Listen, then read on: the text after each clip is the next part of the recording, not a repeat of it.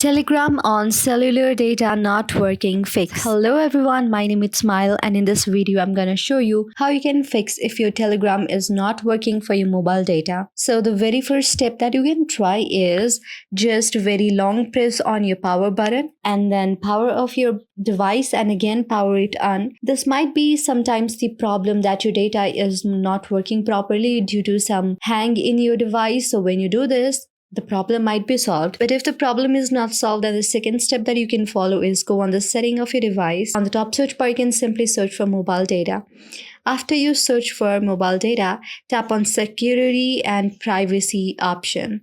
After you do that, make sure you have all the permissions on and tap on the permission option right here. So just tap on everything right here and make sure that you have granted the permission for your cellular mobile data. And whenever your Wi-Fi connection is low, the mobile data will be automatically turned on when you tap on the very mobile data network type. And so everything is right here, so there is no problem.